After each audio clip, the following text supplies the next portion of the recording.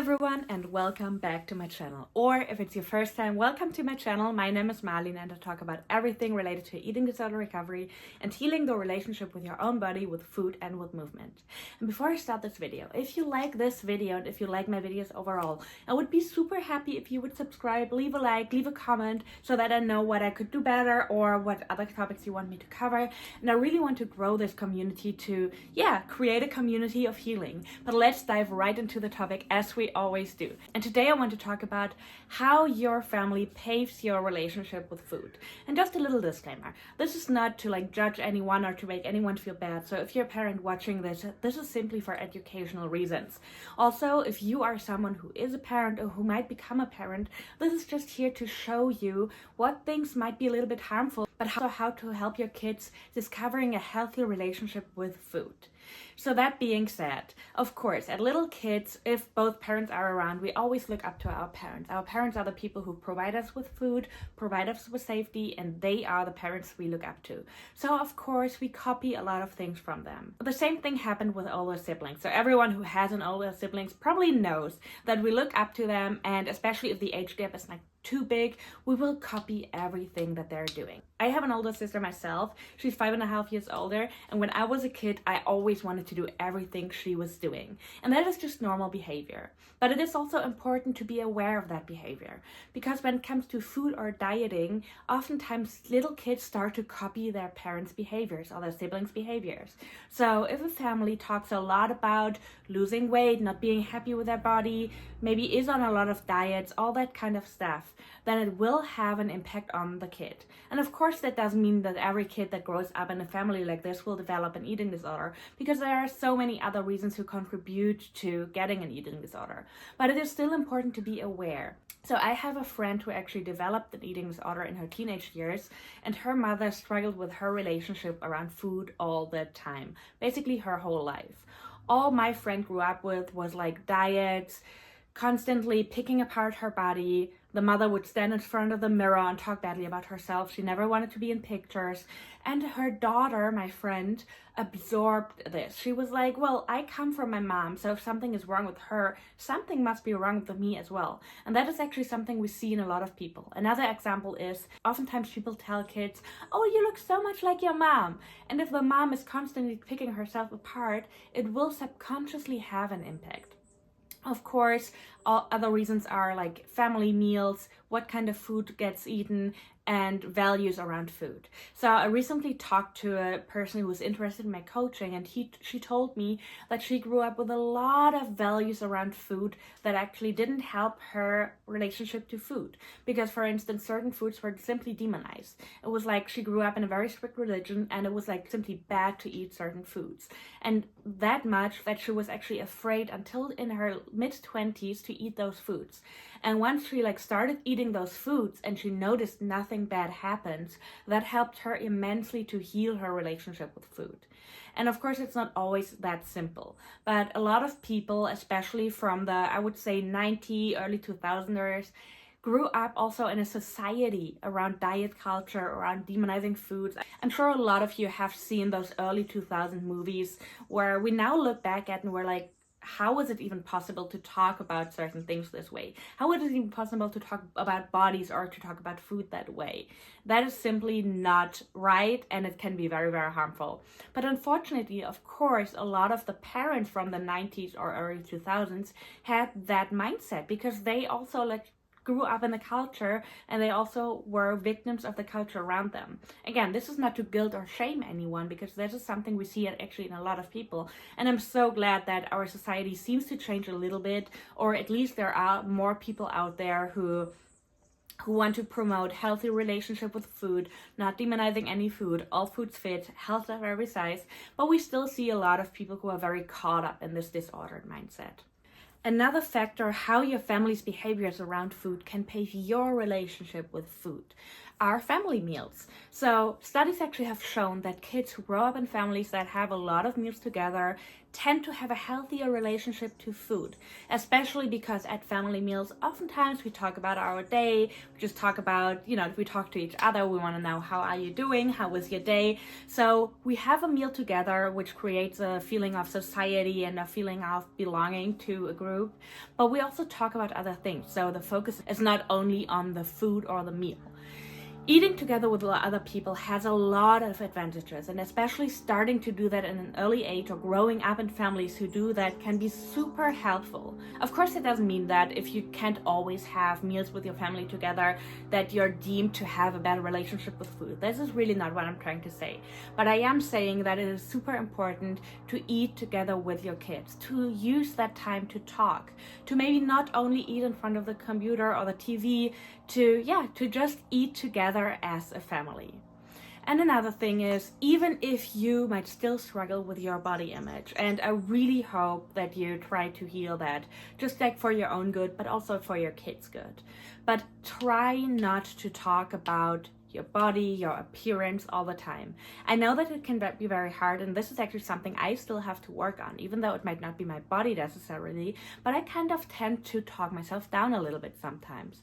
And this is something I really want to work on, because first of all, it can be super, super annoying to the people around me. And second of all, once I have kids, I don't want them to have a mom that constantly talks bad about herself. Because for your kids, their mom is like one of the most important people in the world, the person they look up to. And talking down about yourself or talking yourself down all the time is not helpful at all. Of course, other things that contribute to having a good or bad relationship with food based on the family's behaviors are what foods are around. Did you grow up in a household that had all kinds of foods, that provided snacks, that provided all kinds of food? Or was it a healthified household where like certain foods were just demonized? And of course it is okay if there's not always candy around. But it is also a difference if you, for instance, think about family holidays. And was it okay to go around on Halloween and collect candy? Was it okay to eat candy? Did your parents share candy with you? Or were they like, oh no, not for me, this is too unhealthy? These are the little things that over time, and we normally grow up in our parents' households for like about 17, 18, maybe even 19 years. So these are the things that over time have a big impact. One thing that I hear from a lot of clients is that you have to eat up your plate. You always have to finish your plate. This is actually something that can also contribute to having a bad or a less healthier relationship with food later.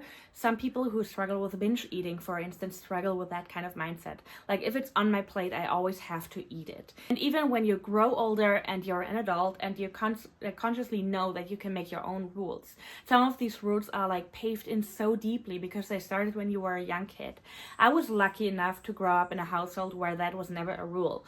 My mom was always like, well, if you can't finish it, I'm not gonna make you finish it. We can just put it away, we have some leftovers, and you can eat it whenever. Actually, there weren't a lot of like those kind of food rules in my household, which I'm extremely grateful for. And of course, and I think I mentioned it in some other videos as well, something else that you have to be careful with, especially when you are a mom or a dad, but also if you think about your own relationship with food in your own family. Did your family make comments, especially around the holidays, like, oh, we've eaten so much, now it's time to train that off? Or in my family, that was a big thing around Christmas, like, oh, okay, now the New Year's resolutions are around the corner and we've eaten so much for Christmas, so now it's time to get in better shape.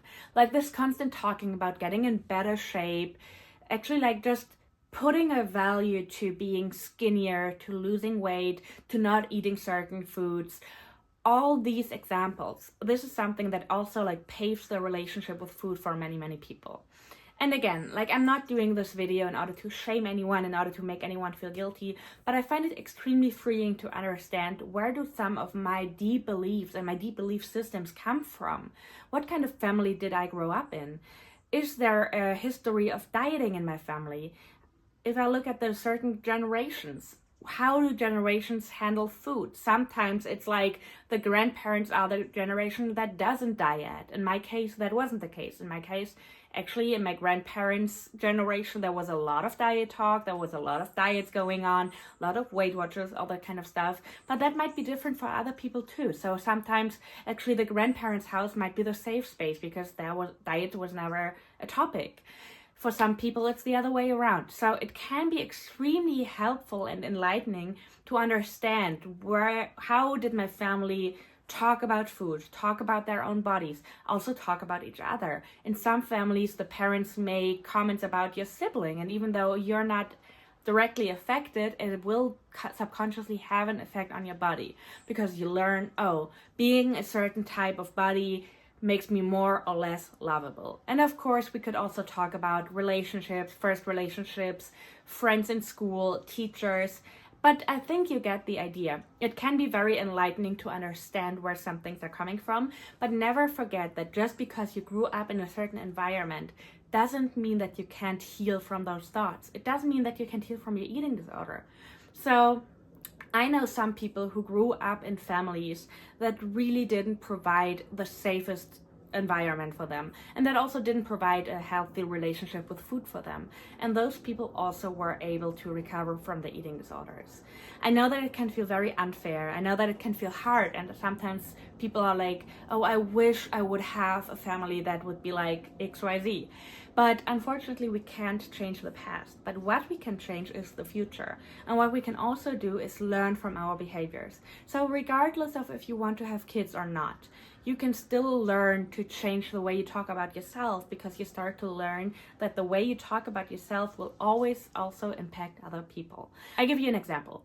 If a friend of yours would always talk badly about their appearance, you feel like the things they're criticizing are things you also see in your body, it will make you feel bad. If somebody's like, oh, I hate my blonde hair, I don't want to have blonde hair, it looks so ugly, and you have blonde hair too, it will make you feel bad. And I know this example might sound a little bit weird, but it is actually true. So be aware, be mindful of the way you talk about yourself, but not only around other people, especially around yourself. Because your brain hears everything you're saying. There is a part of your brain, the reticular activation system, and this part of your brain always looks for proof for your thoughts. So regardless of what you think, that part of your brain will do its best to find proof. So if you're constantly thinking, I'm not worth it, I'm be more lovable if I lose weight, I am too fat, I've eaten too much, that part of your brain will find proof. Which is why I love working with affirmations so much. Because even though you might not believe the affirmations for the first few weeks or even month, your brain will subconsciously find proof. So if you, instead of having all those negative thoughts about yourself, sit in front of the mirror and be like, I'm worthy. I can eat as much as I want. I deserve to eat. I am beautiful. I am lovable. And you say that over and over again. Maybe you have some sticky notes, or maybe you purchase some of my affirmation cards, or maybe you just change your screensaver, and so every time you look at your phone, you see that affirmation. It will help over time because your reticular activation system will find reasons for why that is true. And all of a sudden, you will see more positive things about yourself. All of a sudden, you will feel better about yourself. And this is the beauty in neural rewiring. So that being said, I really hope that video helped a few of you guys. Let me know in the comments how you like the video. Of course, if you want to, you can always follow me on social media. I'm on Instagram, TikTok. I will blend in the name after I finish talking. And otherwise, guys, I will see you in the next one.